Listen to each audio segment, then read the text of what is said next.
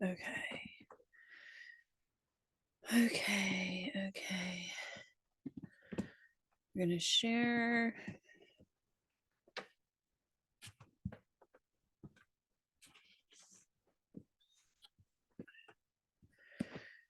All right.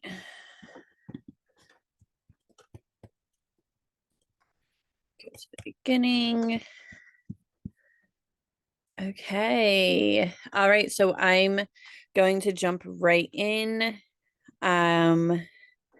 Really quick, let's tell Instagram that we are here. It's starting right now. I'm diving right in because we don't have much time and we have a lot to go over. Check your email for the link to jump into this class. Okay, so welcome. I'm Catherine, the Pure Doula. Got my coffee. I'm getting in the mood. Let's do this. So this is the Birth Mood Masterclass. What this is going to go over, I'm just going to dive right in. So I'm so excited that you're here to get in the mood for birth. This is such important and underrated birth prep. Okay, so this birth prep class is much different than others and for a really good reason. After taking many birth prep classes myself prior to starting my business, I quickly realized that they all are missing one thing. Let me get a little more comfortable here. They're all missing something, right? And that's the mind, okay? So that's what the true focus of birth is, how to truly prepare, because without this type of birth prep, birth will not be properly supported. It doesn't matter if you learn different ways to physically cope with pain. It doesn't matter if you learn the biology of it all. It doesn't matter if you birth at home. It doesn't matter if you birth in a birthing center or a hospital birth or a water birth, or if it's medicated or unmedicated. Without this form of birth prep, those things are irrelevant. Okay, now, if you're here, you're exactly who this is for. You want to do the deep work, the deep birth prep, address limited beliefs, adjust programming. You want to have authority in your birth, unleash your inner feminine power, tap into your God-given ability, right? You're tired of hearing all the noise, the negativity that many relate birth to. You see women who love giving birth, and your instincts are screaming at you that you can love it too. You are in the right place. All right, let's quickly do like an about me. My name, for those who don't already know, is Catherine Butler. I still have to change my last name since getting married. Things that you got to do, you know? I've been in the online coaching space since 2017, believe it or not. I've done a lot in my lifetime, but I've always been in the coaching space one way or another, right? I started coaching small business owners on ways to market and utilize social media. Now, if you hear that I'm out of breath, it's because I'm very, very pregnant, due next month. So that might happen from time to time. And we just got to roll with it, you know? Okay, so in 2019, I then switched to coaching women specifically to make money on social media and other platforms. In 2020, when I was 33, I met my now husband. He's the best. And changed my lifestyle completely. I mean, completely. I used to always be a hustler, working in nightclubs. I said I did a lot of things all the time. And I was training many women to do the same. But my husband brought me to God, which I'm forever grateful for. And I was realizing that wasn't a way of life for me anymore. I was living in the masculine energy, thinking I was doing amazing woman empowerment, coaching, and work, but I was never truly happy. I thought I was going to be forever single with no children. I was absolutely terrified of pregnancy and birth since a very young age. I viewed my body as just a way to make money. I was a model since a child, right? And being a model since a child, I was conditioned to never ruin my body. It's for entertainment or pleasure. I didn't have time to be a mom because I thought I had to constantly hustle and work 24/7. That all changed mid 2020, like completely. I realized wife life and becoming a mama was the ultimate blessing, the ultimate feminine way of life, right? And I also realized that I could still coach and support women, but in a true feminine sense, using and unleashing feminine energy. I took a break from any online work for a little bit. It took a time to truly like get realigned, reacquainted, learn who I was, and become aligned with my calling. Come 2021, I got pregnant and it all just like fell into place. It all aligned. It all made sense. I had to download that, okay, this is it, you know. You got to get through your fears. You got to get through your limited beliefs, break the programming. You need to fall in love with birth before even giving birth. You know, being pregnant, I was like, I don't have time anymore to be afraid of this. Like, it's going to happen, right? So I got to work. I did. I used all of my coaching skills that I learned throughout the years to discover, address, welcome, break through, and come out the other side of it all. I quickly realized how major this type of birth prep was. And I knew it was my calling, and I didn't see it being done elsewhere. So I knew this was something that I had to do for other women, right? While I was still pregnant, I had other pregnant women hitting me up to coach them through their fears, through what, you know, society tells them, through some fear tactics their doctors were using, all that stuff. And it was so fulfilling. Like, I couldn't believe how things were just coming. I was just receiving and I was supporting so effortlessly. Like, it was just the best, right? And it still is. It's so powerful. The techniques supported those women to go on to have the birth they desired.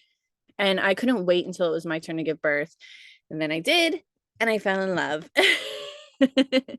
As soon as my daughter was born, I shouted, I want to do it again. And the nurses looked at me like I was cuckoo, but that's to be expected. That's how much I loved it. So during my healing, during postpartum, I got certified as a doula. And in 2022, I started my doula business. I focused on virtual doula services. I had 2 virtual doulas during my birth, and I was like, this is something that needs to be a thing. And I've had many virtual mamas that I supported, right? I also do one-on-one birth mindset coaching. So that is the birth prep, like the top of the top, if you ask me. I launched my podcast, which is called the Pure Doula Podcast, and have been supporting many women all over. This coffee, it is my passion to break the false narrative around birth so you can birth in your power. So what are we getting into today? Here are the contents of what I'll be addressing, right?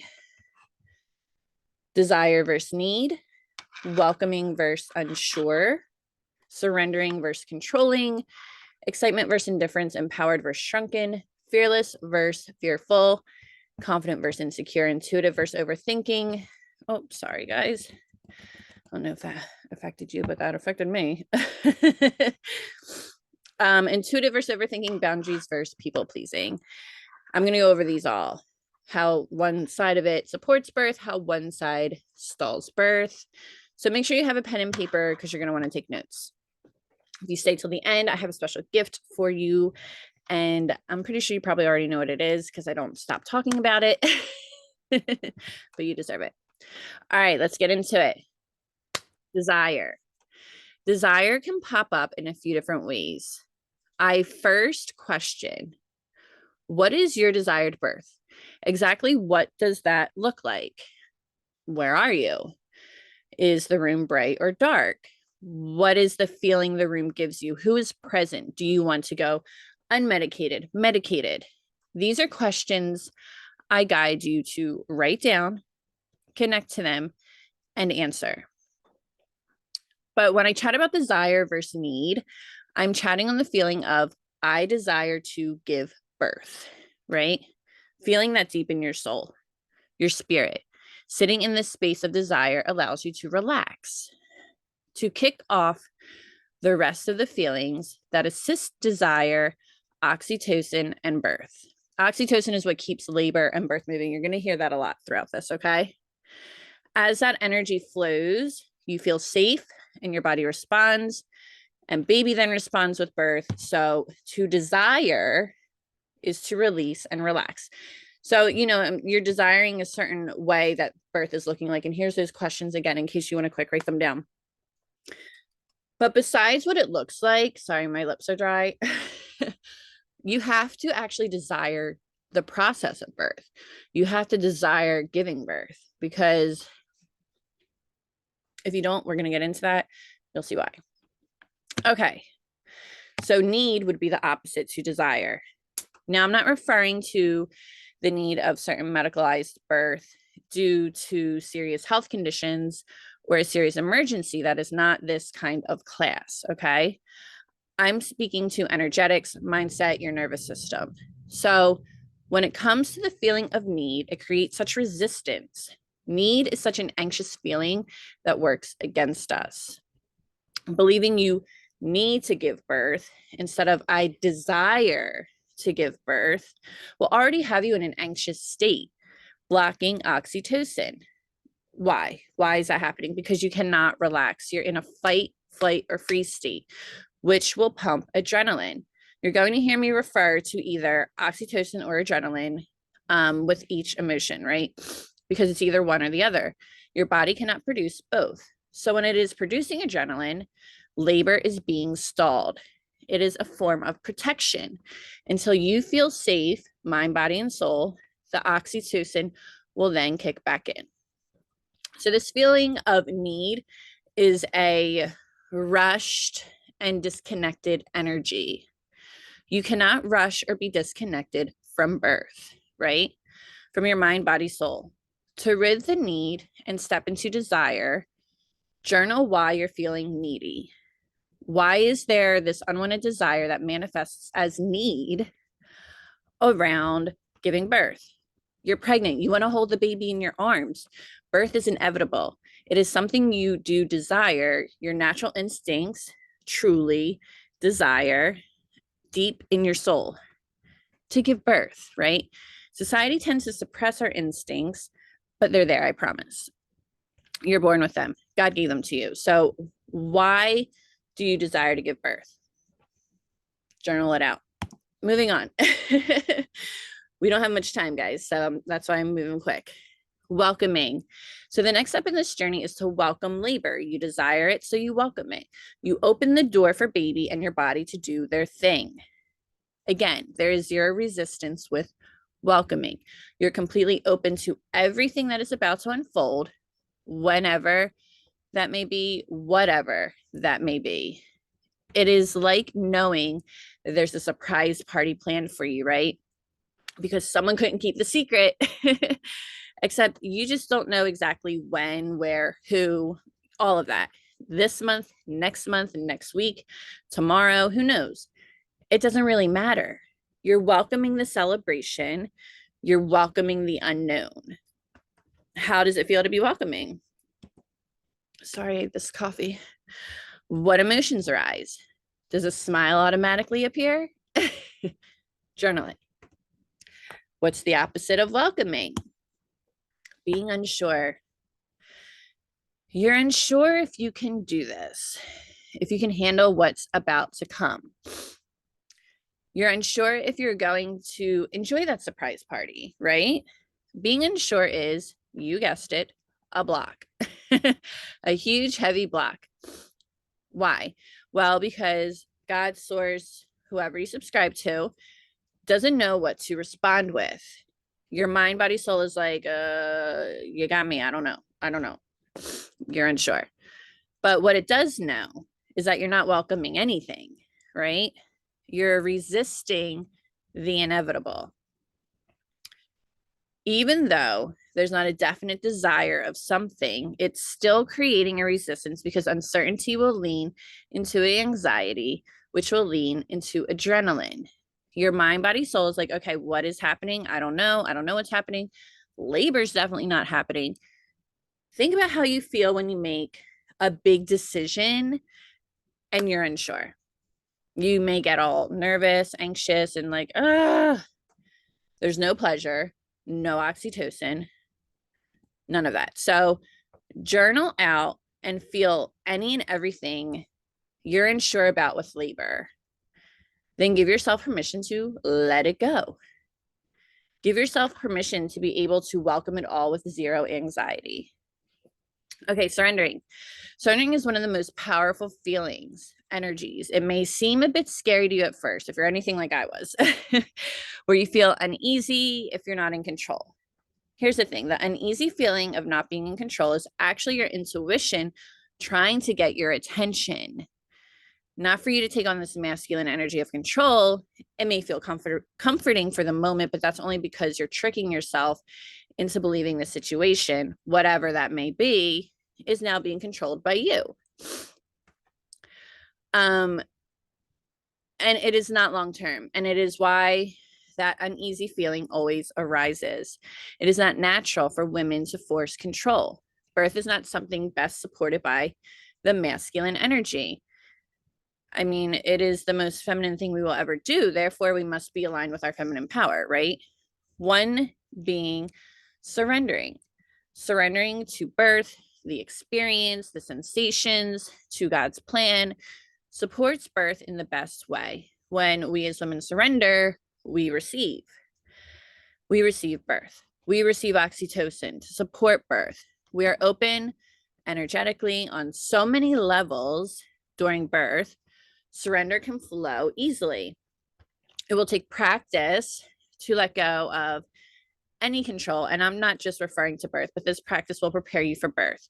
We have to train our brains and our bodies to shift. So for your homework, journal out what it feels like for you to surrender to any situation, because oftentimes than not, it's how we thrive, by living in the surrender.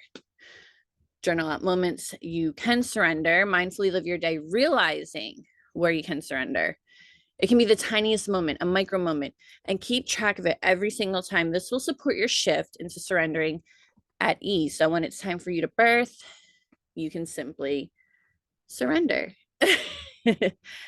Are you with me? I know I'm moving fast, but we have to. Sorry. Okay, controlling. Opposite of surrendering. As a recovering control issuer, like I had control issues, I can tell you it is not a way of life. We are women. We are meant to be at ease. We are meant to be protected and provided for by our husbands, by God, not by our distrust in them. That's where the control issues tend to stem from. Not only is it, like I said, a part of the masculine energy, when it shows up in women, it's usually rooted in distrust or insecurity. Then the illusion of being in control is a band-aid. Again, not long-term. Hence why that uneasy feeling consistently pops up. We think it's because we aren't in control, but it's because we aren't surrendering. Soak that in. Trying to control our birth is like trying to control the weather, okay? We can't do it. Maybe other entities can, but we can't do it. We can think planning a certain way, Will, but it won't. Control only creates resistance, believe it or not. Obstacles. It will cause us to stiffen up. Think about it. If you're trying to control a situation, are you truly relaxed? No, you can't be both relaxed and controlling. Okay. Controlling birth can show up as fear of the unknown, which I go over in Align and Support at Birth. It can show up as obsessing over having a water birth. Again, I go over that in ANSB course. It can show up as wanting to wait until your midwife shows up to birth the baby. It can show up in many different ways, and it all will convince your mind, body, soul that it is unsafe for birth to happen at the moment birth is trying to happen because your control issues are pumping adrenaline. Okay. Remember, we need oxytocin to flow. So, journal about control issues you have, go deep and look inward and what the root cause is. Is it because of a person, an event? Write it all out. Forgive the person, forgive the event, accept that it happened, and release it. Okay, this one's fun. Excitement. Okay, now listen. Alexa, play I'm So Excited by the Pointer Sisters. No, seriously, that's part of your homework. Play that song and dance. Feel it, take it in, the energy of it. Birth is so exciting. You're going through the most transformative moment of your life. You're experiencing the highest level of femininity ever. You're birthing the life God created and you grew. You finally get to meet and hold your baby. You finally get to have all the cuddles and smell the best smell ever. That newborn smell is such a high for us women. And how is this not an exciting time? There's a part of that song by the Pointer Sisters that goes, I'm about to lose control and I think I like it, which not only ties into being excited, it ties into what we just previously talked about. All of these feelings go hand in hand. One creates the other, right? Being excited will support your surrender. It may be more helpful for you to get excited first, then surrender will come, or vice versa, which 100% supports oxytocin. Now, you had moments of excitement during your pregnancy. I just know it. It's inevitable. Okay. Channel those, journal them. Think back to every moment that excited you during this pregnancy journey. Think about every moment in the future with your baby that excites you. Embody it. Live in the excitement. Don't let society tell you otherwise. Journal it. Journal it all. Micro moments. Every little moment counts. Okay. Opposite of excitement, indifference. Oh, goodness. I hope we get through all of this. Okay. This feeling arises when there is uncertainty, when there are outer influences trauma dumping, when we are scared to feel happy or excited because of the what ifs, when we aren't excited about the birth process. Like I said, everything I'm going over today ties into one or the other. Birth is not scary or inherently dangerous or traumatic. The what ifs are a manifestation of those beliefs and even still out of our control, right? Trying to control birth, believing those false narratives, actually can potentially create a hiccup or a problem due to the fact that it will put your mind, body, soul in an anxious state. Your primal instincts will think it is unsafe to birth. It will stall labor. Okay. So the homework in the excitement section will get you out of any blah kind of feeling. Will get you away from feeling indifferent.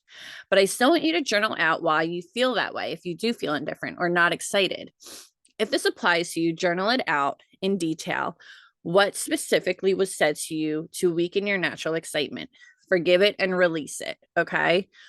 Or if it was a video you saw online or a story you read, whatever, understand that that is not you, not your story, not your journey. Nothing about it is. Give yourself permission to be excited, to have the birth you desire. Okay. I don't know why I keep doing that. Empowered, a huge buzzword, but let's break down the meaning. It means to give power or authority to, right? This is yours. Only you have the authority over your birth, not your OB, not your midwife, not your doula, you. Now, there's a difference between authority and control. I'm not saying your authority is control, it's actually the opposite. Your authority gives you the power to surrender, right? Your authority also gives you the power to decide who will be present, what you want to do during labor, cervical checks or not, fetal monitoring or not. Your authority sets the tone, creates the space, leads the way. You're following God, your intuition, but anyone present in your birth space is following you, right? Any support person hired, OB, midwife, doula, works for you. You have the authority over them. They may have suggestions for you on what to do, but you do not have to agree. Listen to your intuition before making decisions. Their suggestions may only be a result of a cookie cutter medicalized birth, which isn't supportive because birth isn't one size fits all, and most certainly not a medical event. This isn't actually referring to rare emergencies. No one knows your body like you do. They do know what you are feeling. I'm sorry, they do not know what you are feeling. Your instincts will tell you if everything is great or if something is off and needs attention. Instincts and authority strengthen one another. You will feel empowered, right? Now, journal out any time in your life that you naturally felt empowered in detail. Remember the emotion, that feeling. It is easy to tap into feelings when we need to embrace them. Journal out what will make you feel empowered during birth and for your birth. Is it having certain people present, or is it birthing and assisted?